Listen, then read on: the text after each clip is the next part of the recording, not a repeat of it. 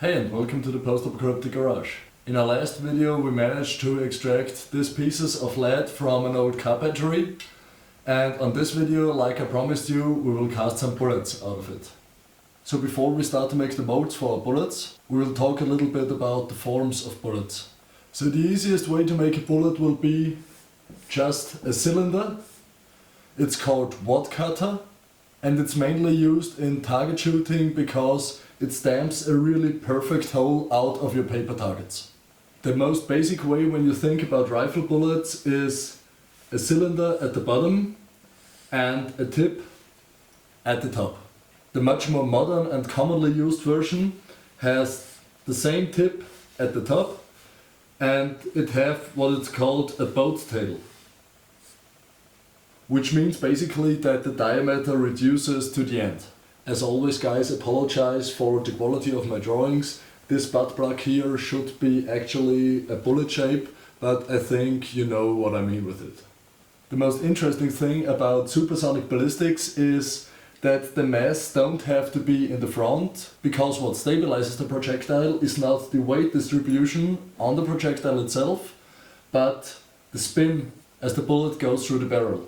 Today we are going to cast some 8mm Mauser projectiles, and we are going for a medium range projectile, so we will stick with the cylinder and the tip on it. With subsonic projectiles it's a completely different story. Just imagine the most commonly used subsonic projectile in history, the arrow.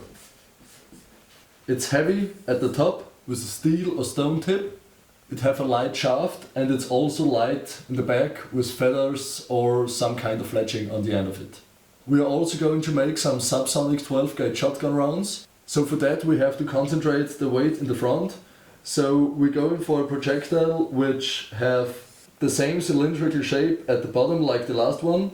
It have some kind of a half circle on the top, and at the bottom it have a hole in it. So this hole in the bottom will serve two main purposes. The first one is to concentrate the weight in the tip area, so you see there's much more weight above this line than below. And the second reason is because of this hollow part in the middle here.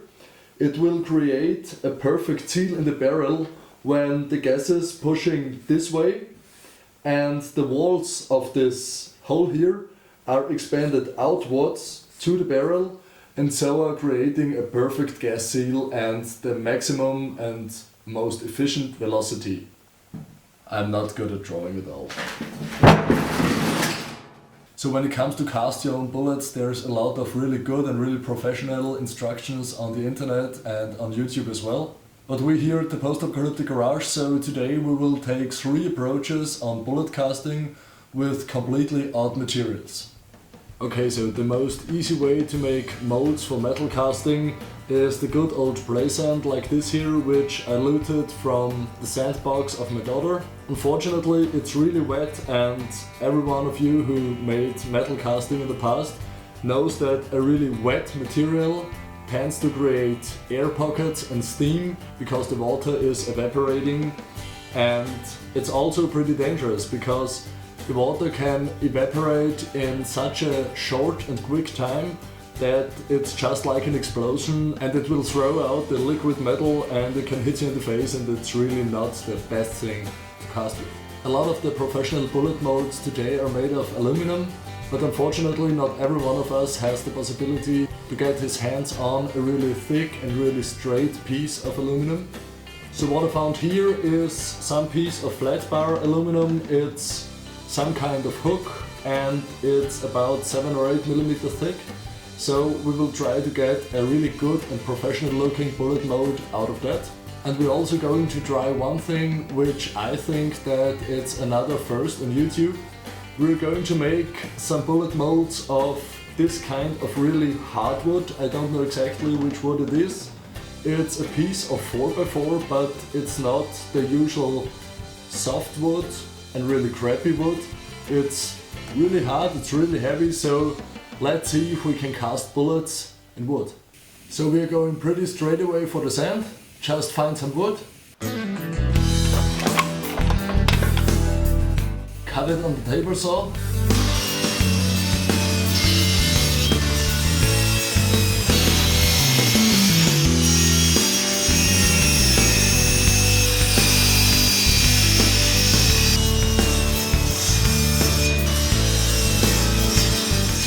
put it together to a box.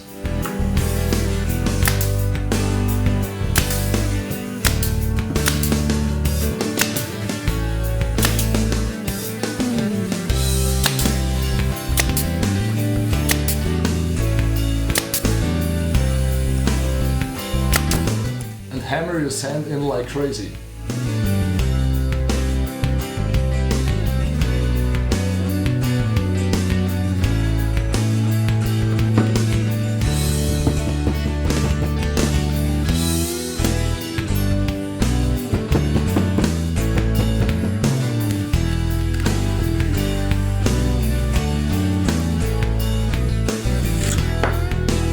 So on the aluminum it would be a little bit trickier. At first we have to cut it in 2 equal pieces.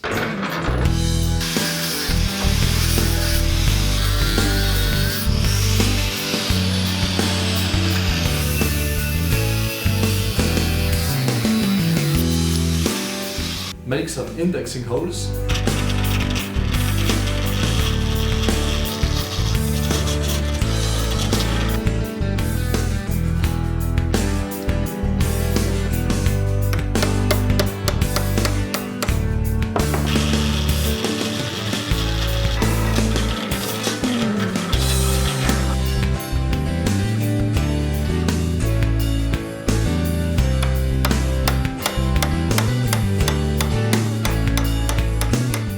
Plane the top.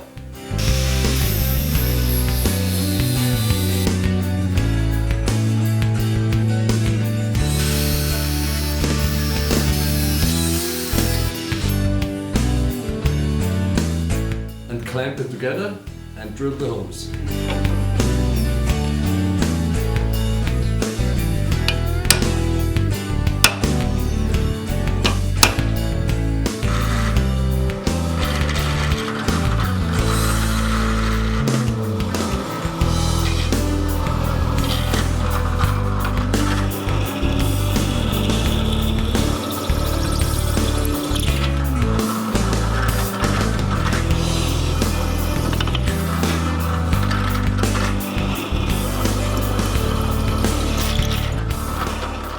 For our wood casting mold we are going to apply basically the same process. We are going to cut the block apart.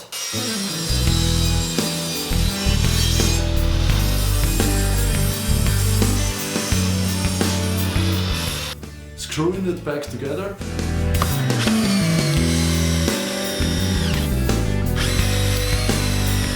And adding some holes.